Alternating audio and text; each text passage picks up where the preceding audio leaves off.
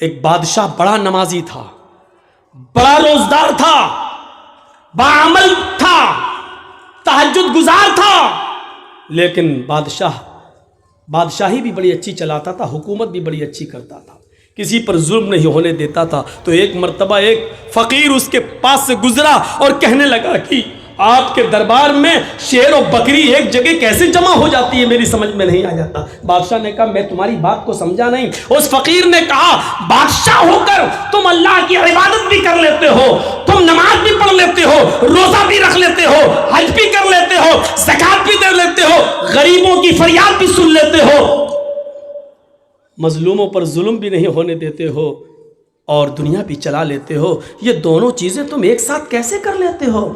بادشاہ نے کہا دیکھنا چاہتے ہو کہ ہاں؟ کہا 2 جلاد کو بلاؤ۔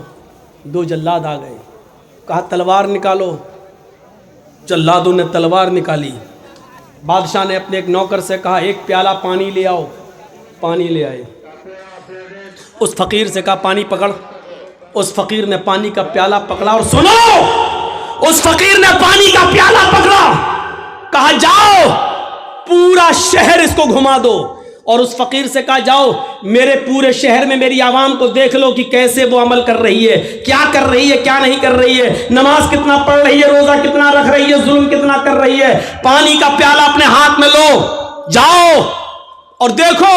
اور ان دونوں جلادوں سے کہا اگر اس پانی کے پیالے میں سے ایک بوند بھی چھٹک کر زمین پہ گر جائے تو اس فقیر کی گردن کاٹ دینا اور میرے پاس لے آنا۔ فقیر کہتا کم بخت، میں نے تو پوچھا تھا کہ کیسے، اس نے تو مجھے مصیبت میں ڈال دیا۔ لیکن بادشاہ کا حکم، جلاد نے کہا چل۔ اب وہ پانی کا پیالہ لے کے چل رہا ہے، دھیرے دھیرے چل رہا کہ پانی کی کہیں بوند گر نہ جائے، ایک قطرہ بھی گرا تو جلاد میری گردن اتار لیں گے۔ پورا شہر کا چکر لگانے کے بعد بادشاہ کے پاس آیا۔ بادشاہ نے پانی کا پیالہ پکڑا، رکھ دیا اور کہا اے فقیر بتا تجھے میرا شہر کیسا لگا؟ فقیر نے کہا کون سا شہر؟ بتا میری بلڈنگوں کا کیا حال تھا، میری عوام کیسی لگی؟ کہا بادشاہ سلامت، آپ نے مجھے اس لائق ہی کہاں چھوڑا تھا کہ میں آپ کی عوام دیکھ سکوں، آپ کی بلڈنگ دیکھ سکوں، آپ کے عمارتیں دیکھ سکوں، آپ کی رعایا کا معائنہ کر سکوں۔